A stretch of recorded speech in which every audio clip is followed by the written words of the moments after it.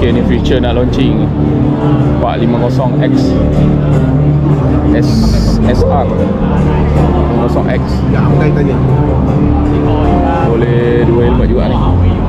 Bawah ada soket untuk charging, button-button.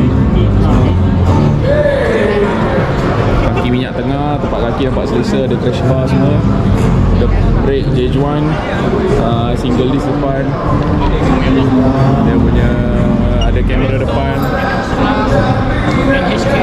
Ada spotlight bawah.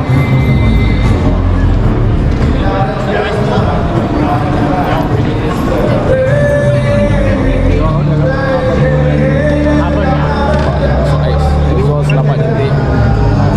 Tampak bahagian rantai. Mana lebih kurang apa? Okay, over tank. Belakang ada bracket untuk rack.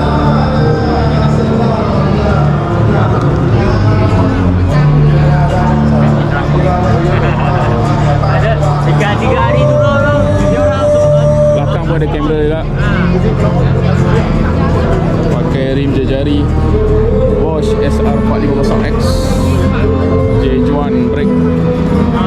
Depan macam 4-port dia brake dia.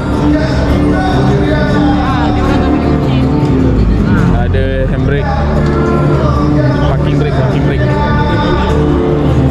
PCS boleh control semua. Macam menu dia. Keyless.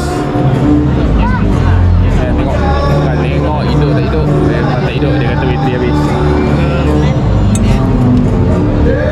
tu dia punya bunyi terakhir sedikit. Ini dia macam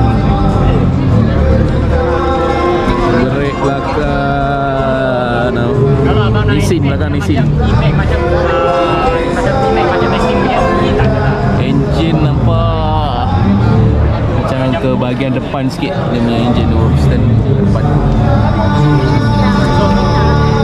Memang dia style macam ADB juga.